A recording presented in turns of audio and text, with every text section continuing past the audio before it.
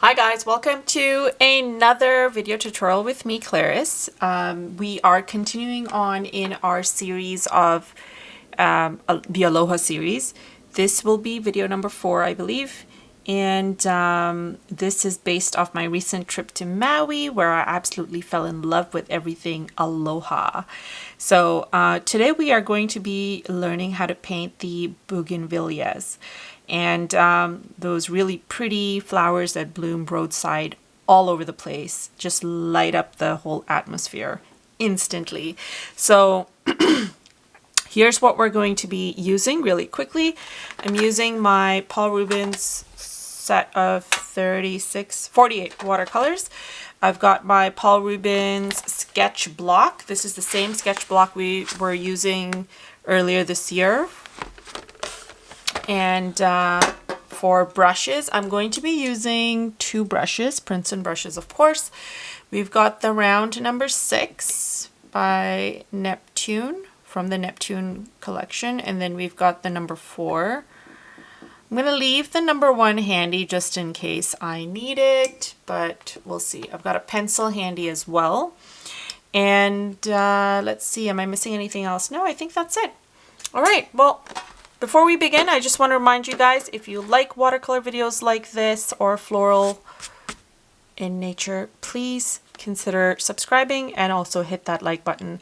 You guys are in for a real treat because I've got hundreds of videos on here and I put one out every Thursday. So hit that like button, hit the subscribe button. Thanks, guys. All right, here we go.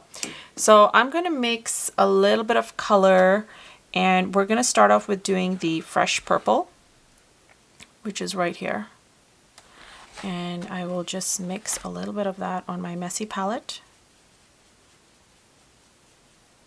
And I want the consistency to be about like 30-70. And we are going to do the 3 petals in a slightly controlled manner. So I'm going to start off over here and we're going to use the tip, graze, press down to create that one side. Dip the tip of my brush in water, use the tip again, graze, press down, do the second side. And you want the bottom of the flower to be jagged like this. Perfect. Let's move on to the next one.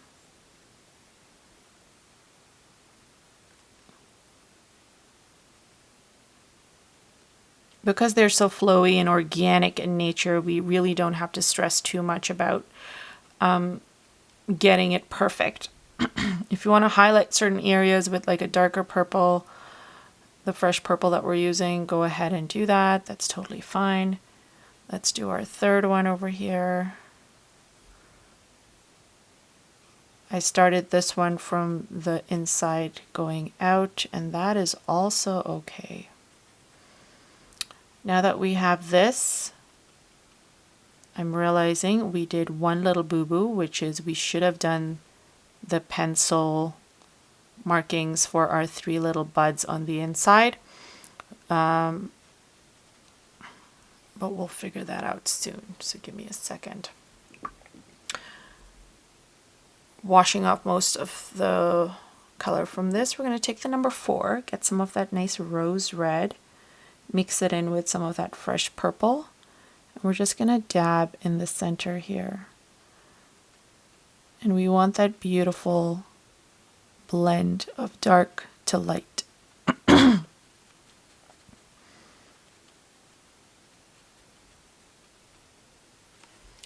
now once this is done, we're going to use the back of the brush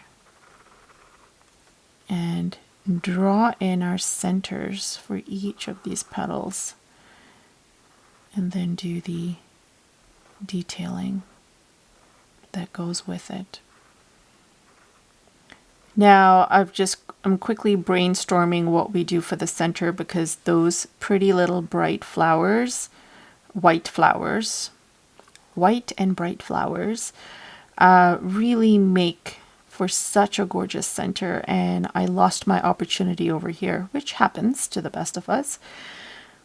And so we've got 2 options. We can use gouache to fix this, or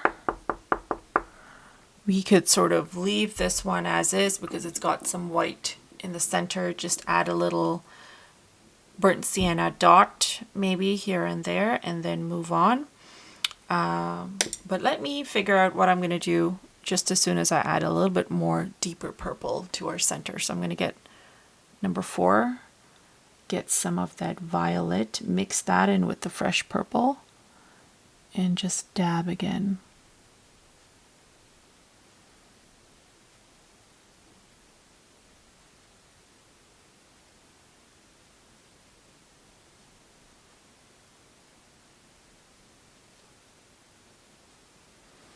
I'm just adding some along some of the areas that I know are still damp. That will give me a nice, beautiful blend.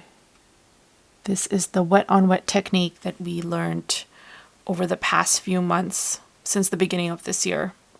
Practicing over and over again because you can never get enough. Or I can never get enough. I think this is what makes watercolor so gorgeous. Okay, so what I have decided is I'm going to leave this one and we're quickly going to do a second one where we're going to outline our little flower buds.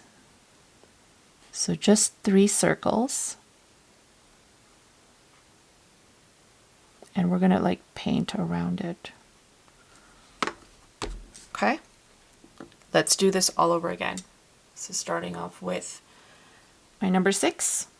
This time I'm going to flip the colors. I'm going to get some of that nice pinky rose red.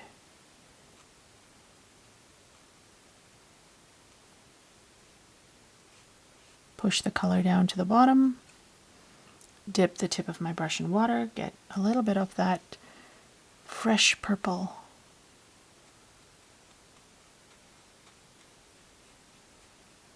This time. Pushing all the color back to the bottom, slightly touching some of my rose red, getting more rose red now. And we're going to do that one final third one.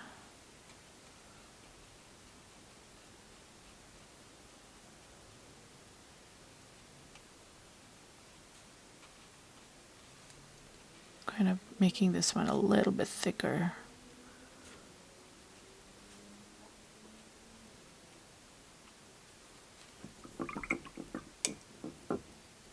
And then immediately going in, actually this side's dry, so I'm just going to dampen that. Then going in with this brush, I'm going to add some violet to that rose red and fresh purple, and I'm adding that to the center here. And I want that gorgeous bloom of color going into the pink or the rose red, sorry.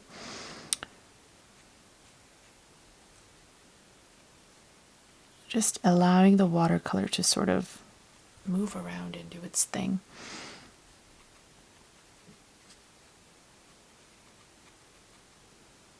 I'm going to slowly sort of edge around some of these, some of the center flowers, just so that they pop when I add. I'm still leaving white space, mind you.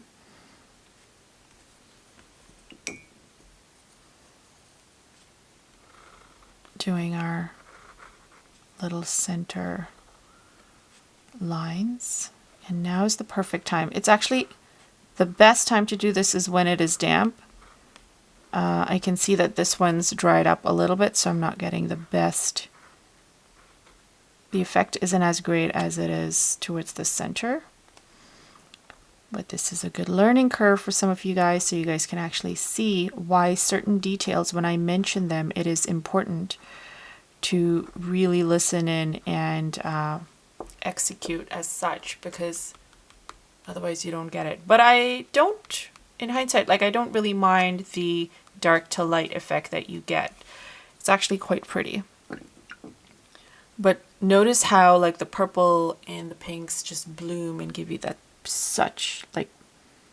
give you that pretty effect. Here's me getting some burnt sienna And I'm just going to add it to the center of these flowers.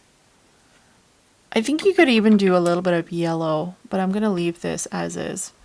And here we've got two of them side by side. Imagine if you did this all over on a sheet. Just stunning. So I hope you guys enjoyed this. Let me know in the comments what you thought. Remember, like I said, make sure you hit that like button, hit the subscribe button. It really does help my channel grow, and I can continue creating pretty little tutorials like this for you guys. All the supplies are listed in the description below, so please feel free to check that out. And I would love to see your work, so please do tag me on social media, Instagram and Facebook. I have listed it below. Thanks guys for watching, and we'll chat soon. Aloha!